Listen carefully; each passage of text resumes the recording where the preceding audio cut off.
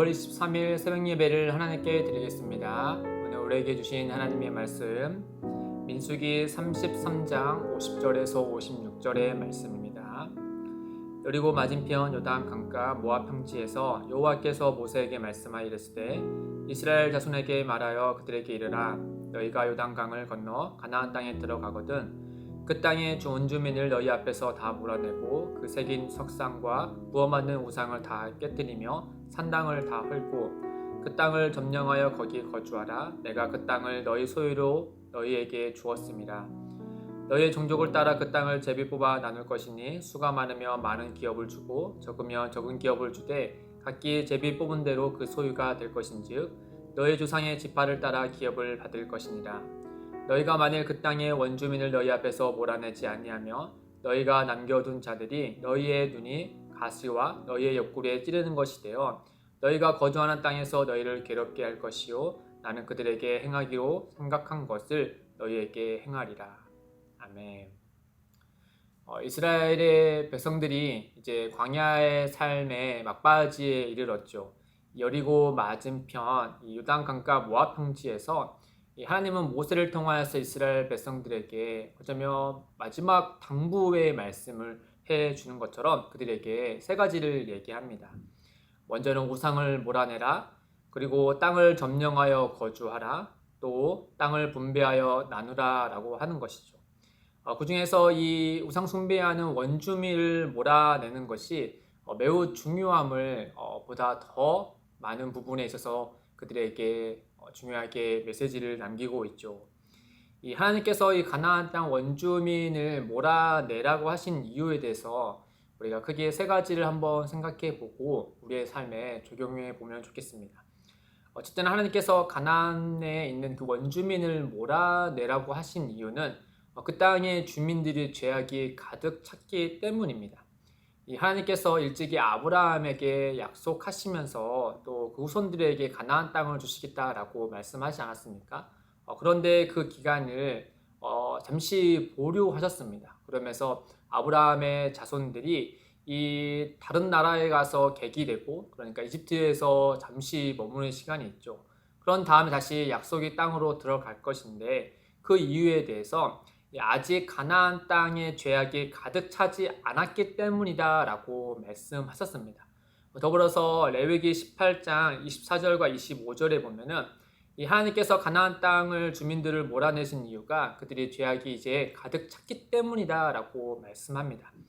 24절과 28절, 25절의 말씀을 보시면 너희는 이 모든 일로 스스로 더럽히지 말라. 내가 너희 앞에서 쫓아내는 족속들이 이 모든 일로 말미암아 더러워졌고 그 땅도 더러워졌으므로 내가 그 악으로 말미암아 벌하고 그 땅도 스스로 그 주민을 토하여 내느니라. 즉 온 땅의 주인이신 하나님께서 이 가나안 땅에 머물고 있는 원주민들이 죄악이 가득함을 보시고 이제 그들을 토하여 내니라 이제 쫓아내시겠다라고 말씀하고 있는 것이죠.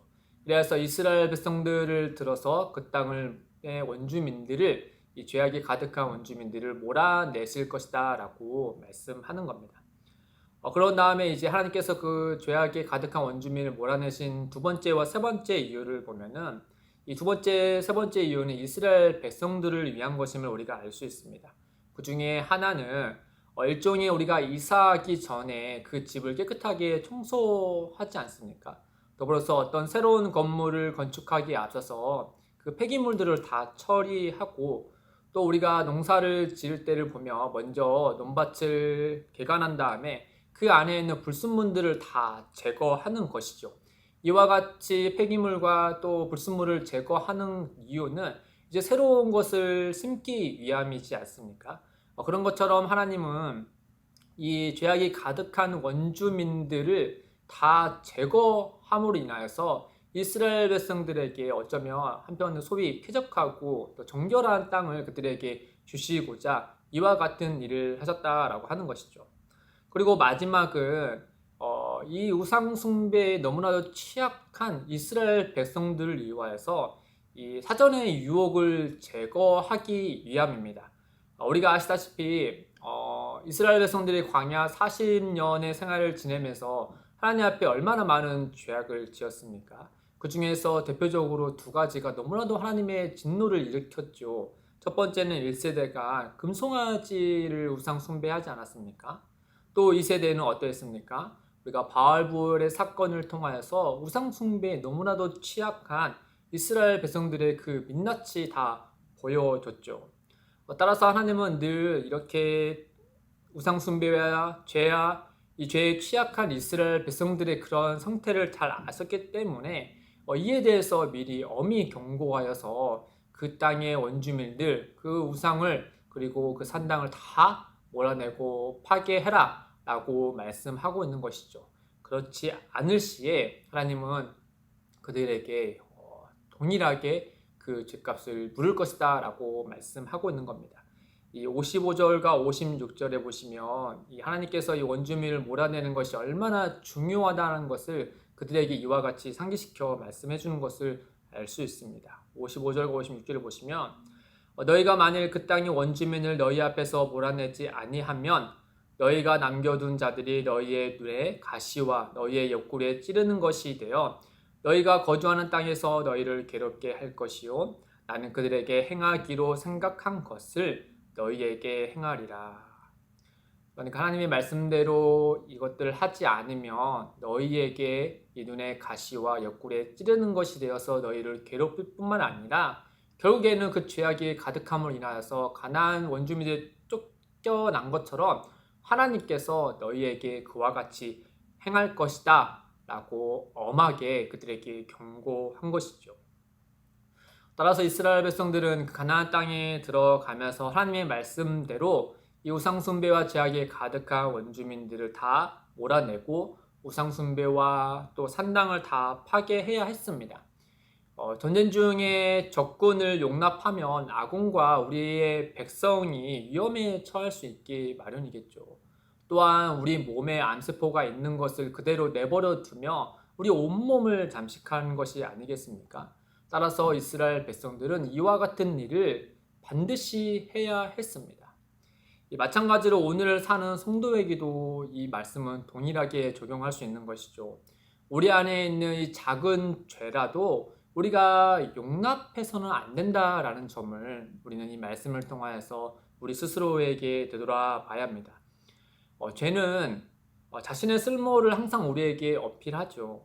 그리고 우리의 욕구를 너무나 만족스럽게 채워줄 수 있다라고 우리에게 어필을 합니다. 그리고 우리에게 슬며시 들어오죠. 그러나 우리가 그 죄를 용납하는 순간 어떤 일이 벌어집니까?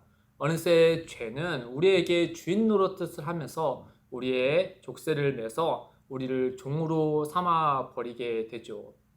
그렇게 하나님의 말씀대로 이 죄는 우리의 눈에 가시가 되고 우리의 옆구리에 찌르는 것이 되어서 우리의 삶을 엉망진창으로 만들어 버릴 것입니다. 그런 다음에 심판대에서 어떻게 하겠습니까?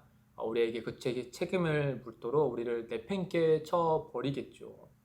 이처럼 죄라는 것은 그대로 내버려 두며 우리의 영혼을 찌르는 것과 같이 괴롭힐 뿐만 아니라 이 하나님이 주신 그 복을 가로막는 일을 해버립니다. 따라서 우리는 그 죄를 우리가 민감히 반응하여서 우리 안에 있는 것이 무엇이든 간에 하나님 앞에 옳지 않은 것이 있다면 빠르게 제거하고 하나님 앞에 회개함으로 올바른 모습으로 살아가야 하는 것이겠죠. 사랑하는 성도 여러분, 이 목구멍에 가시 하나가 박히면 우리 온몸이 얼마나 불편하겠습니까? 하물며 우리의 영혼에 이런 죄의 가시가 박혀 있다고 한다면 우리의 영혼이 너무나 불편해야 되는 것이 마땅하겠죠. 그러나 우리가 죄가 있음에도 깨닫지 못한 것은 우리의 영적으로 둔감함 때문이겠죠. 이 시간 우리가 하나님 말씀 앞에 우리 스스로를 돌아보면서 하나님 앞에 옳지 않은 모습이 우리 안에 무엇이 있든 간에 시간 예수 그리스도의 의를 힘입어서 하나님 앞에 회개하고 또 하나님이 주신 그 복을 우리가 참되게 누려 가시기를 주님의 이름으로 축복드립니다. 함께 기도하겠습니다. 하나님 아버지, 우리의 내면과 일상에 여전히 남겨진 죄악들이 너무나 많이 있습니다. 이 목구멍에 박힌 가시 하나가 우리의 온몸을 불편하게 할진데 어찌하여 우리는 우리의 영혼에 박힌 죄악의 가시를 불편하게 여기지 않고 있는지요. 우리의 영적 둔함을 용서하여 주시고 성령의 은혜로 죄악의 가시를 제하여 주옵소서. 그리하여 하나님이 주시는 복을 마음껏 누리며 살아갈 수 있도록 우리 가운데 역사하여 주옵소서. 감사하며 예수님의 이름으로 기도드립니다. 아멘. 오늘도 두 가지의 기도 제목을 두고 기도하겠습니다. 첫째, 우리의 내면과 일상에 박힌 죄악의 가시를 제하여 주시고 하나님의 풍성한 복을 누리며 살게 하소서. 둘째, 기쁨이 되는 교회가 하나님의 말씀을 온전히 따르게 하시고 하나님의 풍성한 복을 성도와 지역사회와 공유하게 하옵소서.